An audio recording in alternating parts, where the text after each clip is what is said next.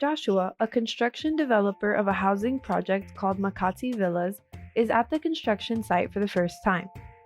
The site is in Manila, Philippines.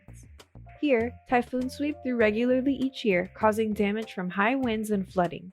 The city is an earthquake zone and home to numerous volcanoes that could erupt at any time. He opens the Building Resilience Index app to help him understand hazards and vulnerabilities associated with this specific site. His location is identified automatically and he is shown the associated disaster risks. He selects the option for Resilience Report to address the hazard mitigations and climate adaptations to improve the building. He needs to use this as part of his construction loan application. Here, he can see a layered risk map and the details of each disaster risk. He then starts to complete the mitigation questionnaire for the building risks identified to show his company has made the building resilient against natural disasters of Manila. Joshua can also refer to the IFC's user guide on mitigation strategies.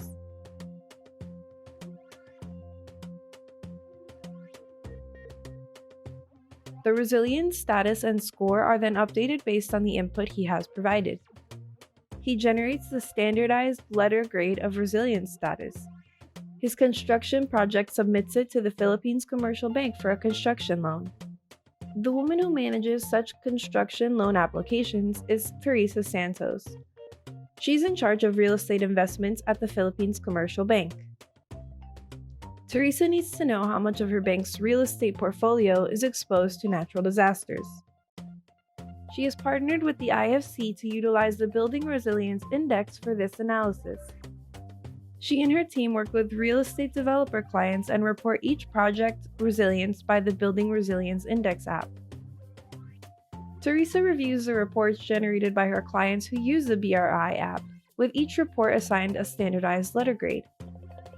This helps her understand which strategies were employed at design and construction stages to mitigate local disaster risks.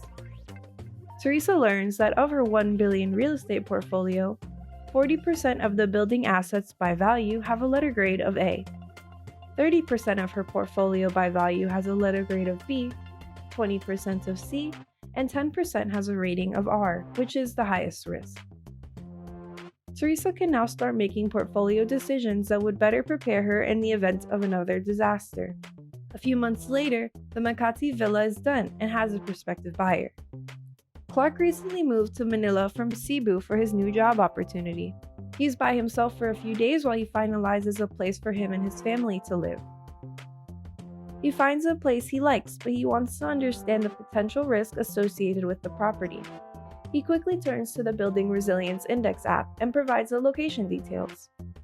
He notices that the recent flooding in the area was not included, so he adds this risk. Then, risk modelers and mitigation strategists behind the app can account for this risk as they work on improving the results for future purposes. He can see that the property has a good risk rating and score, which puts him at ease since the property is resilient in the face of disasters. He decides to put an offer in to buy the apartment. A few months later, he and his family are safely living in the Makati Villa without fear of disasters that may come their way. The Building Resilience Index was a common language connecting the investor, developer, and the end buyer of the real estate.